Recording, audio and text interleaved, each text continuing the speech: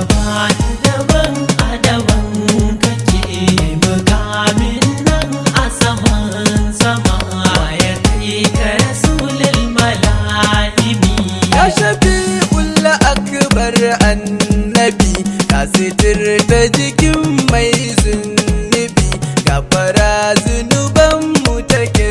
tabi bai shiga mizanin ɗalibi za a shafe dan samu dal samu annabi na daban a daban kake rayukanmu da kai suka dan fake na ji Allah jan kunne yake kai matsayinsa daban yake shi yake da shafa'atu a azamu